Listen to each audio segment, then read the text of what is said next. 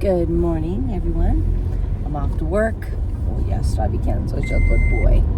Alrighty, so I was talking with my boss yesterday, and he's just super awesome. And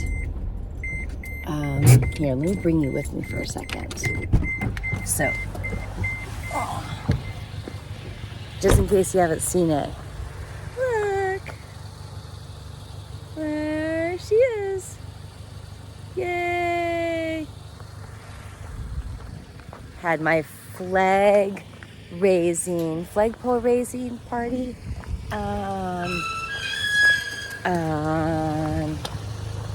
Friday, I think. Yeah, last Friday. Anyway, super awesome. Yay! I get to drive by that every day on the way in and out. So I was talking to my boss yesterday about how I'm doing this little video series with you guys. And, you know, I mean, I think it's going to be really cool if you get to sort of like watch me and join me in the process of working our way through these wonderful first world problems we have that make it difficult to resist the first world temptations that are put in front of us intentionally. And so I was chatting with him about how I'm trying to figure out, trying to understand what are the pitfalls? What are the pitfalls and the stumbling blocks? And, you know, what is it that's going to get in the way? And he was, it was so cool. He was sort of like, temptation. I'm like, yes, exactly. And then, and we were like, totally like, yes, right? And not in like a weird, exaggerated way, but just the fact that there are all these little things that come along. I mean, you know, if you're a parent and you are taking your kids to the grocery store, you probably already know that the companies that sell cold cereal, if you're a grocery store and you want to offer Kellogg's or, you know, any type of cereal, there's a few companies. General Mills is one of them. I think Nabisco might be one of them. I'm not exactly sure what the other one is, but there's like 3 main companies that sell almost all of the cereals. So the concept of them being in competition with one another isn't real. It's really just product diversity. And they have contracts with the people who own the grocery store. And they're like, if you want to sell one of our products, then you have to sell all of our products. And then the second thing is, if you want to offer our products, then we're going to tell you exactly where you have to place them. And of course, the cereal that is geared towards the interest of the 4, 5, 6, 7-year-old that, you know, pays money to put Toy Story characters on, or, you know, what was that? There's some sugary lion character, and then there's like the fruity bunny rabbit character, whatever these things are. They have to be placed, you know, down at the eye level of children of that age.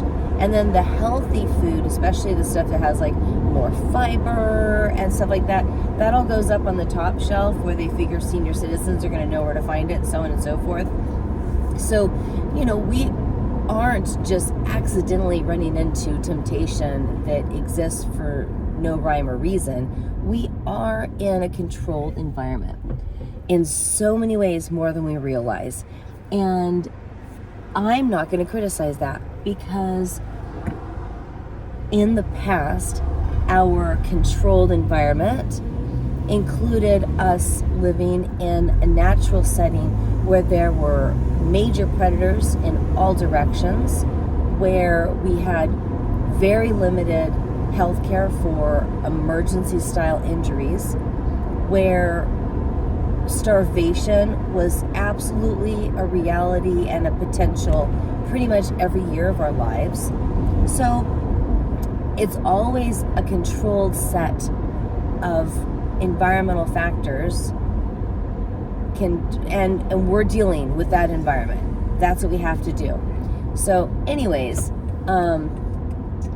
I don't mind that there are people who are like, hey, we'll sell more product if we do this or that. Because if they're selling more product based upon the placement of their product, then that means one of two things. Either they did a good job of making it available so we know where to find it. Like maybe I want to eat sauerkraut because it's good for my body. And if they hide the sauerkraut somewhere where I can't find it, then I'm not going to benefit. But I also need to be strong enough when I face temptation, right? So there's that. But then the other thing I mentioned to my boss is I was like, you know, it was so cool because I was like, well, I don't want to like be purging and just sort of, and he like just took the words out of my mouth. He's like, you know, you don't want to be wasteful. And I'm like, exactly, because he also is responsible, thrifty, and not wasteful.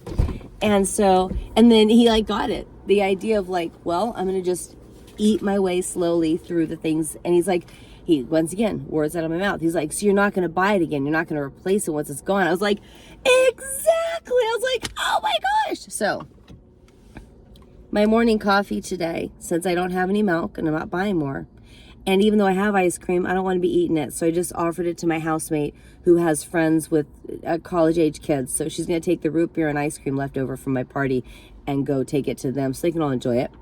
But I have some yogurt. And so I took a little bit of maple syrup and some yogurt and I mixed it with my cold brew coffee. And then I'm going to go, I think I'm out of ice cubes at work. Anyways, my morning drink as I make do without the chocolatey sauce and without the milk.